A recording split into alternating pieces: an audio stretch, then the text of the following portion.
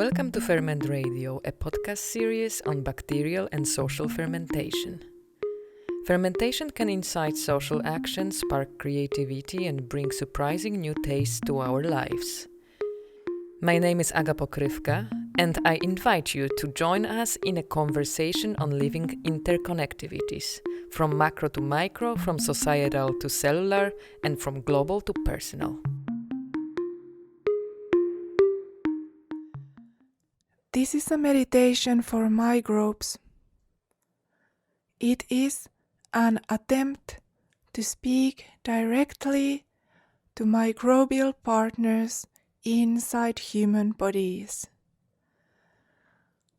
Tools for the meditation are yoga poses, breathing, and aromas.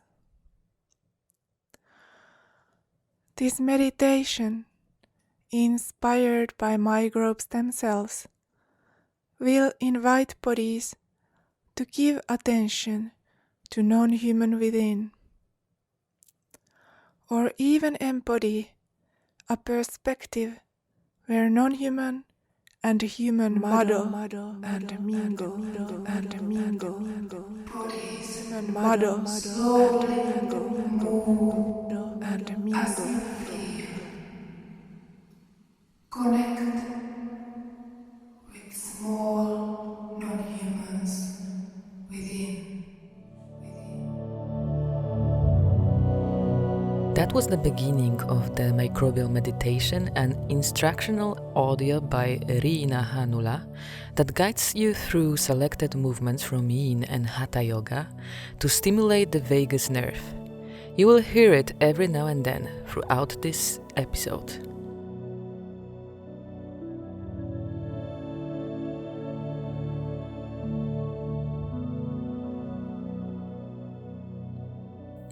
Can we intentionally influence our nervous system through what we do? If so, could we also activate the main nerve of our parasympathetic nervous system, known as vagus nerve? This is the central communication pathway between the gut and the brain, and between microbiota and our nervous system. Could we interact with our gut microbiota, and our gut microbiota interacts with us? In this episode of Ferment Radio, together with Riina Hannula, we start with Microbial Meditation, an instructional audio that guides us through selected movements from yin and hatha yoga to stimulate the vagus nerve.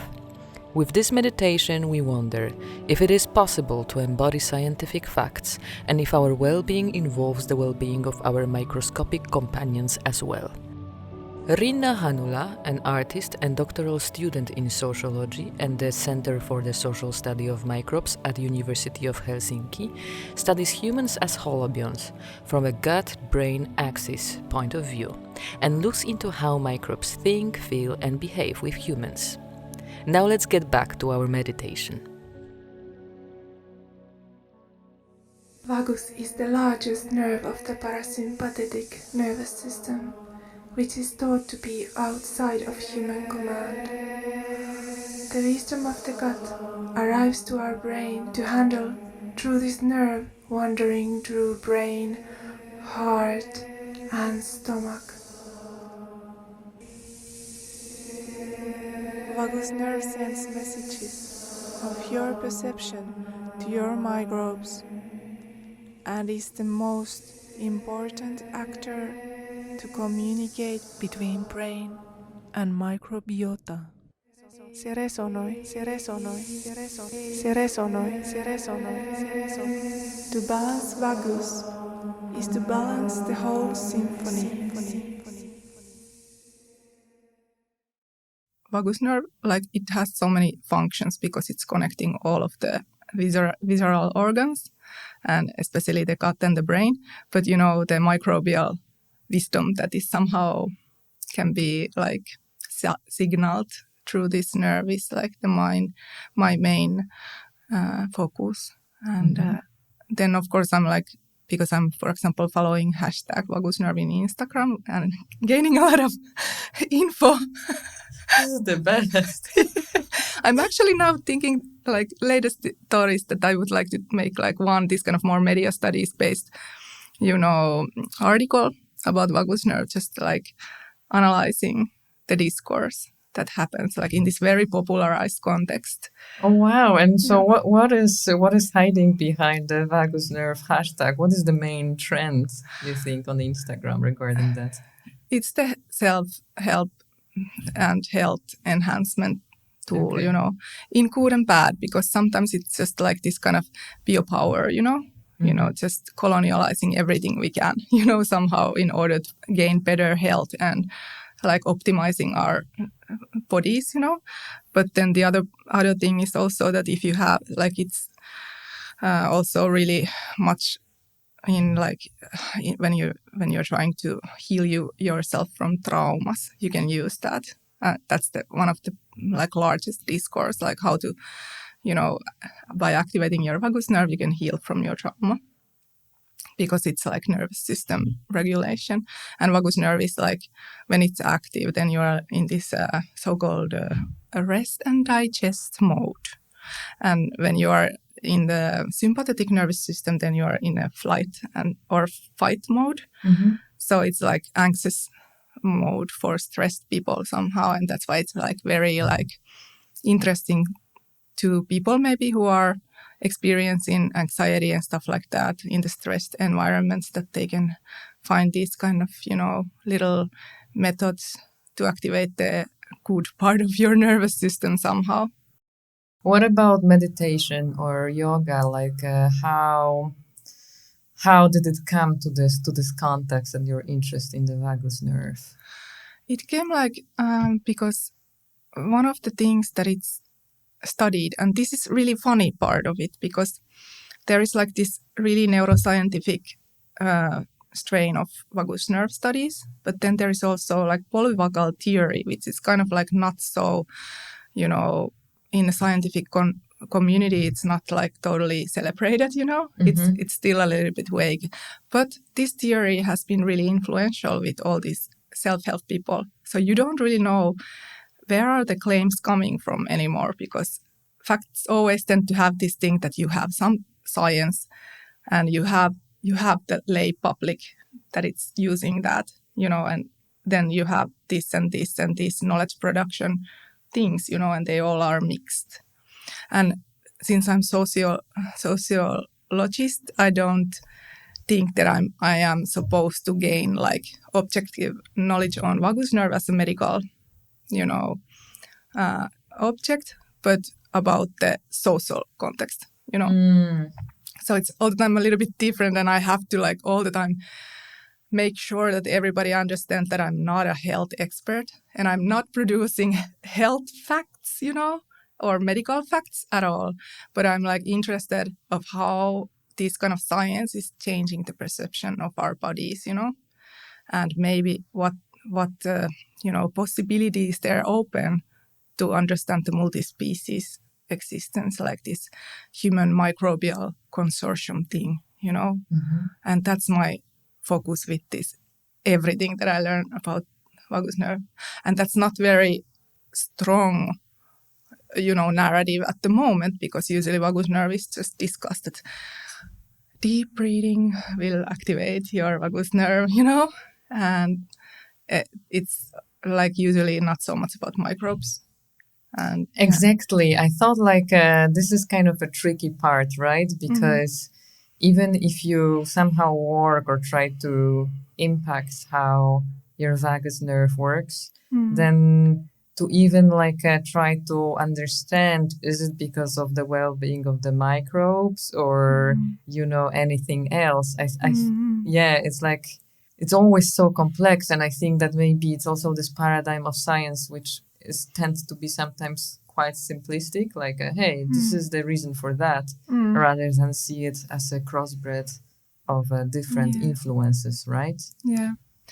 Well, I am trying to somehow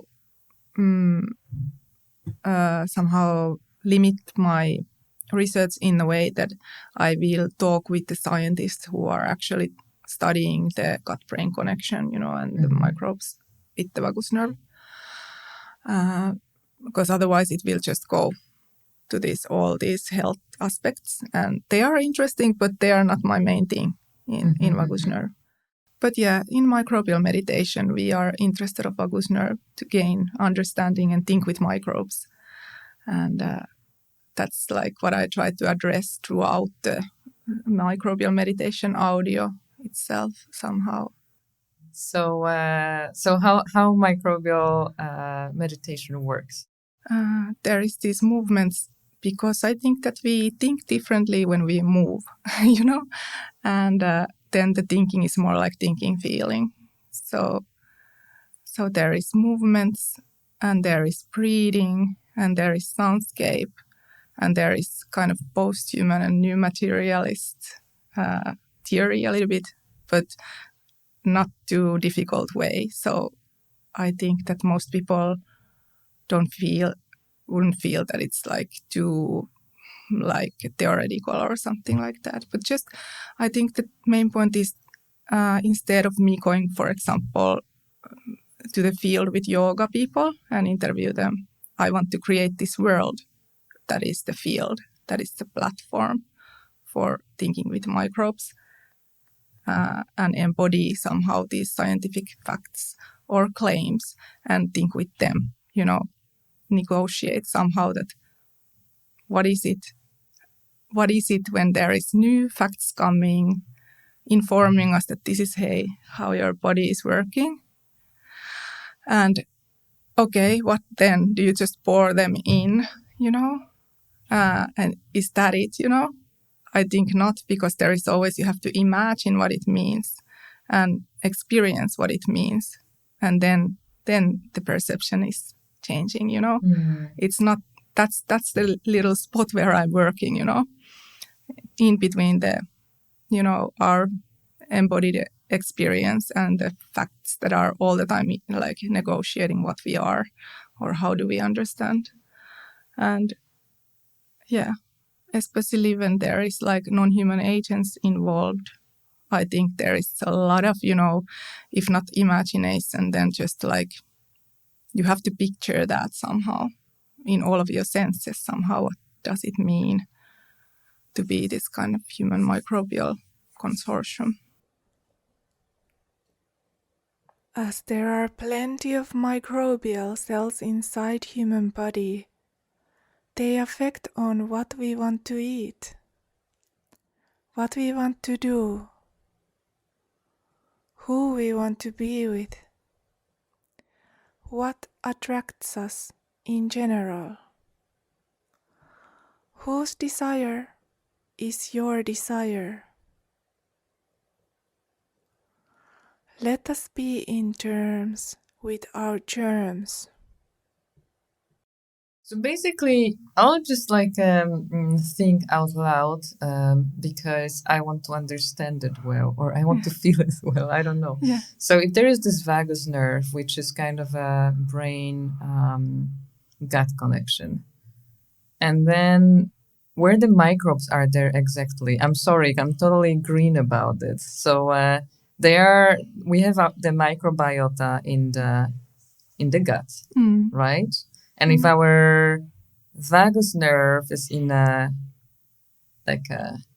good state, let's say, or calm state, or it's not stressed, it might influence on this axis our brain, basically. Is it right? Am I kind of simplifying it correct?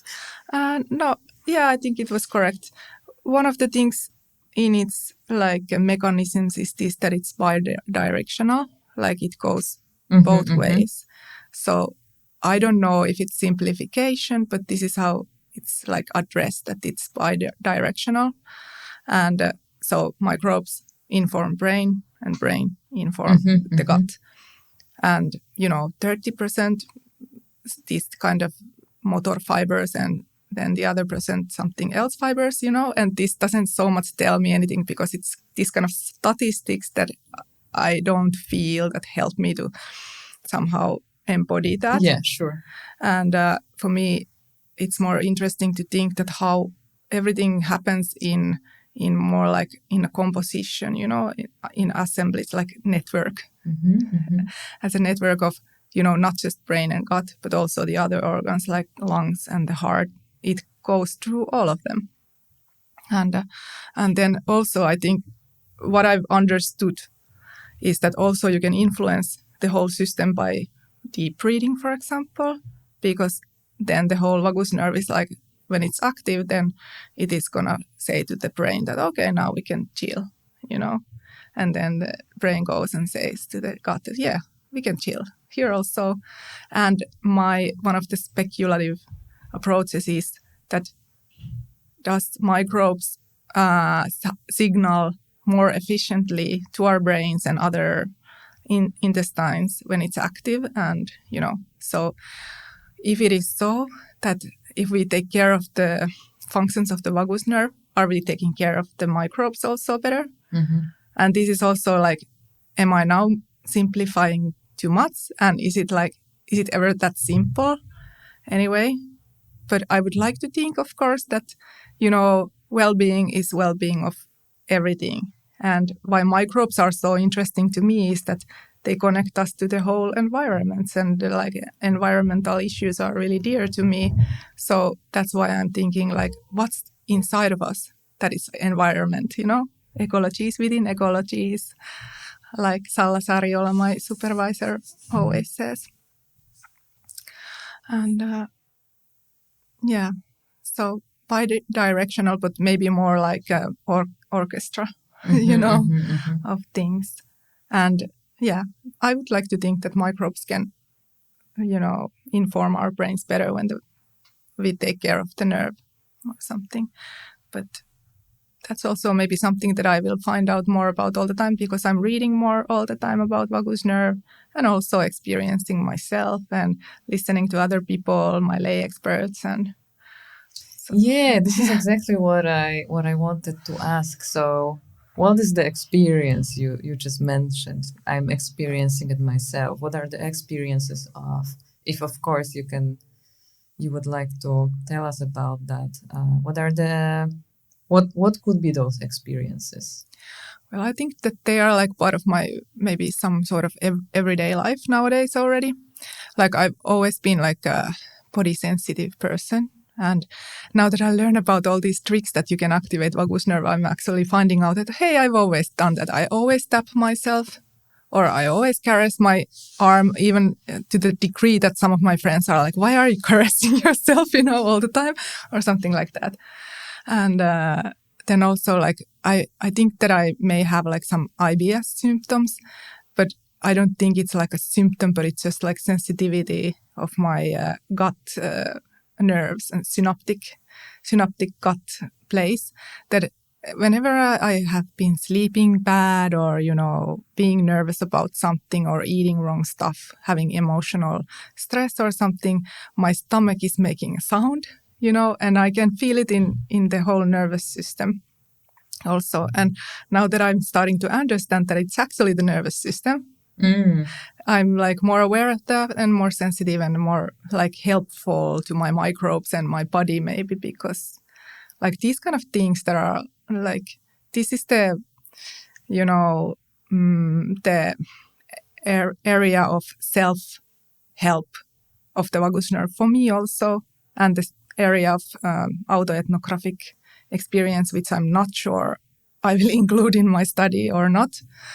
But maybe in some small detail, maybe with the hashtag vagus nerve thing that I'm following, because almost all of them are like, hey, did you know you have this nerve that is the secret weapon for your well-being, or something like that. It's very... You know what? When this episode will be published, and usually I do like a small thing on Instagram, I'm totally putting that hashtag there. Yeah. I want to be part of it. Yeah. It's very cute and funny, and sometimes like it would be very interesting to make all these kind of biopolitical, inquiries to that also, because sometimes I'm also feeling that is it really necessary to be so governmental, towards your matters? Mm-hmm. Because would it be also like cool and restful, and being in a rest and digest mode, to just let them be, and like listening, But maybe that's the thing also at the same time, but just the format of getting like this kind of information it doesn't feel very relaxing for me. It's more like demanding, and it's very oftentimes connected to neoliberal things that, hey, you should be like better person, So yeah, we have to be somehow careful of not taking it so that we just have to be like more rested so we can work better, This is the thing that we have to be alert from. Yeah. It's a tricky part when you put, your, rest time on your to-do list. Yeah, exactly. Because it's very easy to turn to like just be mechanic with that rather than really like looking into it. Yeah. But you mentioned about that you've been kind of always actually unconsciously kind of supporting your vagus nerve by tapping your arm or caressing your arm. And so what are others like things one could support their vagus nerve, like you will find out about with the hashtag vagus nerve. It's there are these really like straightforward tips. Really? Yeah, like for example, cold exposure is one of them, and even like putting a cold water in your face. But everybody, if you feel like heated, of course you feel it in your face maybe, and you want to put cold water on you. So it's kind of like general embodied knowledge somehow, but then you have the factual somehow information. It makes it more solid somehow. And then humming is one. Yeah. And I probably don't remember all of them, but they're really basic, like humming, cold exposure, moving, slowly moving, or like moving according to how you feel maybe, and rotating movements. I don't know how to say, but swinging yourself is one thing, and singing. That's maybe the same. Then humming. There is many things, but now I'm like thinking of these that's feelings. Very interesting because I can definitely kind of from my own experience, subjective experience, I can see that I have tendency or like I crave those things when I don't feel so good or there is something like a difficult happening. I would crave for most of those things. Yeah. Maybe besides the cold water. Yeah. I'm now living by the river and I'm like, at last I can start doing this, like that I can slowly like acquaint my body to the cold water when the autumn comes. So because I don't go to Avanto, this dipping in the I ice used to cold. do this. Yeah, I can't do that, but now I have the chance that I can do it like little by little because I live by the water that will become really cold in the That winter. will be very cold because I have a feeling when the water is moving, it's even somehow colder. Yeah. Because with Avanto, I had these experiences that I just get to this hole and I kind of don't move much. Yeah. And then I feel like I create like a very thin surface of a warm water around my body. Nice. When you start to swim, it feels colder. Yeah, your blood starts to circulate faster, but on the skin, to me, it feels colder. Yeah. Because then all the, bones are exposed. Yeah. And this is where the cold kind of...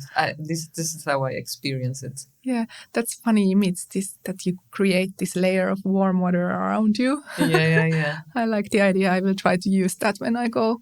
Yeah. It's always nice to think that also maybe microbes are then more satisfied if you do those things, I don't know if it's so yet. And I don't know if any scientists would agree if somebody claims that, this is one of the things that I want to maybe ask from the, my informants who are coming from the field, then, because I want to do lab ethnography also, which is one of the cases I will have. And then I get to go inside to this, discourse and maybe what's behind it somehow and stuff like that. And also like put these different knowledge productions into a negotiation, like how would scientists feel about the humbug part and the lay publics doing the things, because that might feel like really chaotic for for someone who is actually studying vagus nerve, and then there is the whole culture of, doing these things, and they are not probably based on, because most of the vagus nerve clinical trials are done with mice. So it's like there is a lot of extrapolation going on also. And the facts that are used maybe in the lay public context are coming from, inspired by the polyvagal theory, that it's not like agreed yet.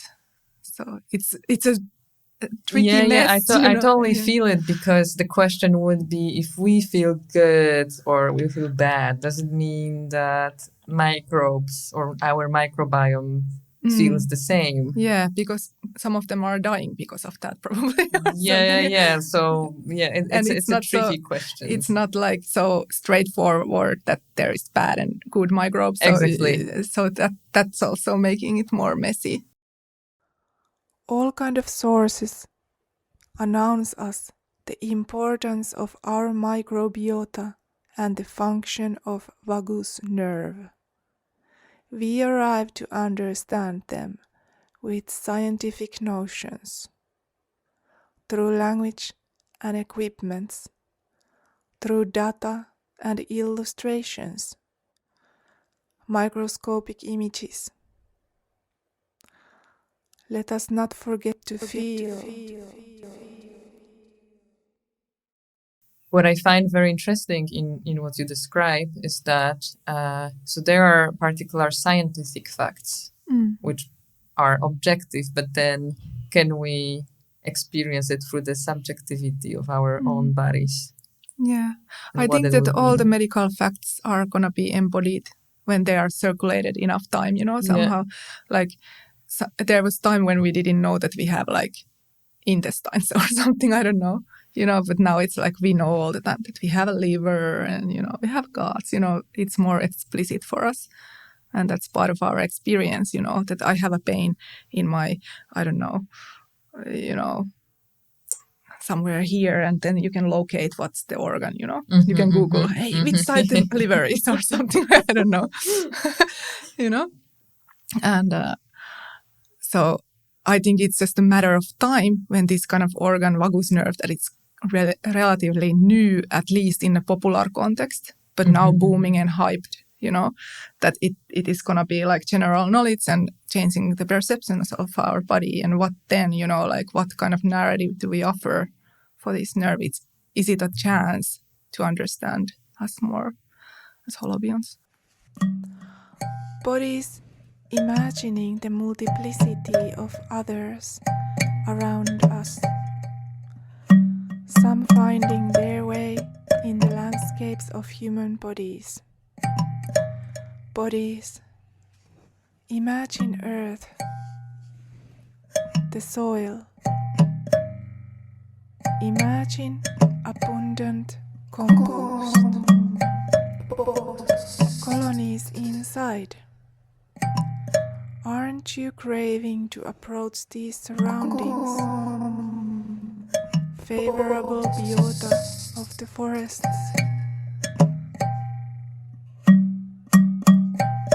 Bodies let their mind travel. Microbes greet each other. I know that in your work, now I will be going a little bit step away from a microbial meditation to come back to it. But in your work, you've been also having experience of collaborating with goats, right? Yeah. And you've been making kind of performances or experiences of like attempting to exchange like bacteria with the goats you've been living with. Yeah. By, for example, leaking like this salt they leak.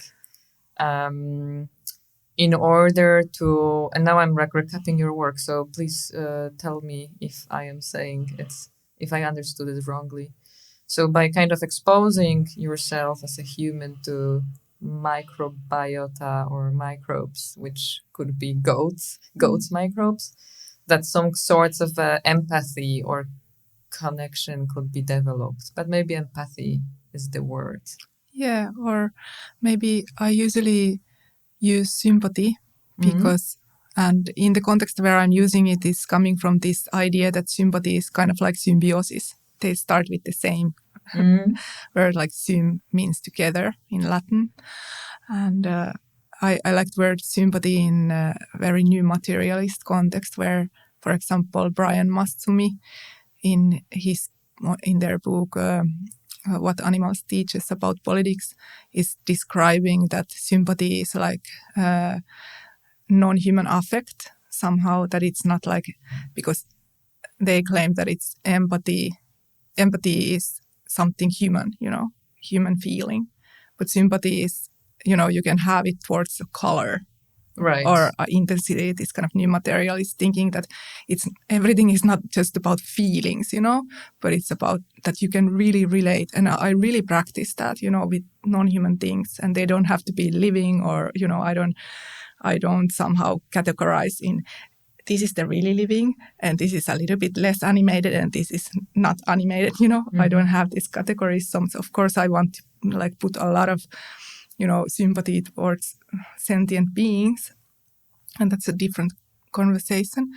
But I want my somehow work to be informed by this non-human affect, sympathy, that is like kind of same thing than symbiosis in a way. Because I like to think in terms of creative evolution somehow, that all of these things are all the time there in the processes that we have with like non-human agents, I think it's super nice to be in this fluid state where you don't actually you can't put this self and non-self dichotomies up all the time, but you just have to demolish that all the time within you. And But of course, it's like our brain are constructed so that we think about self and non-self, and other things constantly probably, but that doesn't have to mean it's a negative thing. It's othering can be also a really positive thing, like at least in Deleuze and Guattari's thinking. Again, these new materialist thinkers, I think that it's like differentiation is not like a negative thing, and difference is not a negative thing, but it's like productive and nice thing that puts things to emerge. Yeah, it's not a lack, or it's not a something outside of the norm, but there is the positive difference somehow, and that's really different. I don't know how kind of culturally and what is the story, for example, of a handshake or hug or kiss in between humans when they greet each other, because in a way it could be also seen as an exchange of their microbes. Yeah. And maybe an attempt to create some sorts of a sympathy, as we were talking before about trying to do it with other animals than humans. But it's been, I think, going on with in between humans for a while. Yeah, it would be interesting. I don't know if we can ever know about this, but it would be really nice to know how did they think before Louis Pasteur and all this. Definitely. Like before we knew about these tiny, like invisible companions, what were the context for, exposure and exchange of, but there's still like in intimacy, there is probably always have been something like, how close do you want to be with someone, like what was the feeling before all this? Like, because now we know that, I don't want this person's microbes, or I want those microbes, But how was it before we had this knowledge? Exactly. I thank you, bodies and microbes, for this yoga meditation. As you get up and take the effect of this audio with you, do remember to think with your microbes, companions you always have with you. Exchange them and create together new assemblages, connecting more with your surroundings, non-human intellectuals. heroic microbes that compose these orchestras of our bodies. Trust the wisdom of your guts. Trust the wisdom of your guts. Your guts.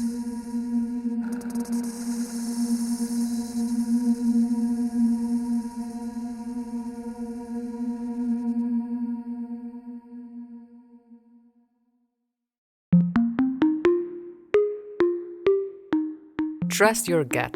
There is nothing else to add. Well, maybe just one clarification. During our conversation with Riina, we mentioned avanto. For those who might not know, avanto is a Finnish word for a hole in the ice, and it's an activity that involves dipping into freezing cold water during winter. Apparently, our microbes enjoy it as well. If you like this episode, please share it.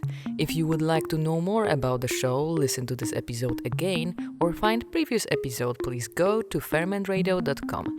You can subscribe to this podcast on Spotify, Apple Podcasts, and more.